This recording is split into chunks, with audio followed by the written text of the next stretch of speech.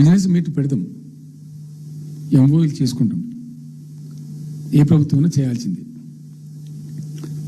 అడ్డగోలు జమాబందీ దానికి లెక్కలేని కథ అంటే ఏందన్నట్టు ఒక హైప్ క్రియేట్ చేసుడు.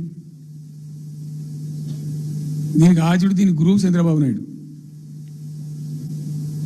ఇప్పుడు చంద్రబాబు నాయుడు చెప్పిన లెక్కల బిజినెస్ వచ్చేది ఉంటే, ఎంఓయూలు సక్సెస్ అయ్యేది ఉంటే ఆంధ్రప్రదేశ్లో ఈ పాటికి 20 లక్షల కోట్లు వచ్చి ఉండాలి. ఆయన ఫస్ట్ టైం అలా సీఎం ఉన్నప్పుడు ఆ ఊళ్ళో పెట్టే కదా వైజాగ్లో, అమరావతిలో కదా వైజాగ్లో పెట్టిండు. వైజాగ్లో ఎవరు వెళ్ళి ఎంఓయూలు చేసిన వాళ్ళంటే వంట మనుషులు చెప్పిండ్రు.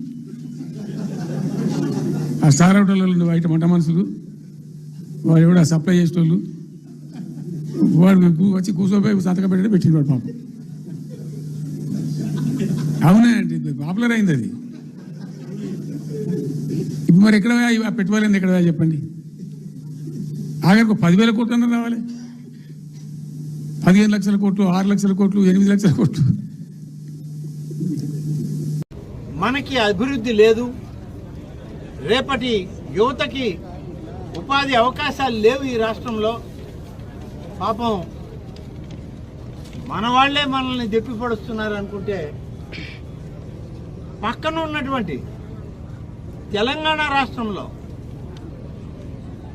మొన్నటి వరకు, ఈ రాష్ట్రం విడిపోయే వరకు చంద్రబాబు నాయుడు దగ్గర ఆయన మంత్రివర్గంలో పనిచేసి ఆయన దగ్గర శాసనసభ్యుడిగా మెలిగిన ఒక మహా నాయకుడు రాష్ట్ర పార్టీని, జాతీయ పార్టీని పెట్టుకున్నటువంటి నాయకుడు ఇటీవల ఏం చేశాడు చంద్రబాబు నాయుడు? ఆంధ్రప్రదేశ్లో 4 హోటళ్లలో సర్వర్లని, 4 ఆఫీసుల్లో అటెండర్లని తయారు చేశాడని ఎగతాళి చేశాడు.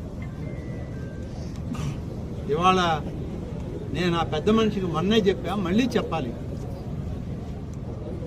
నువ్వు గుర్తిస్తే ఎంత, గుర్తించకపోతే ఎంత?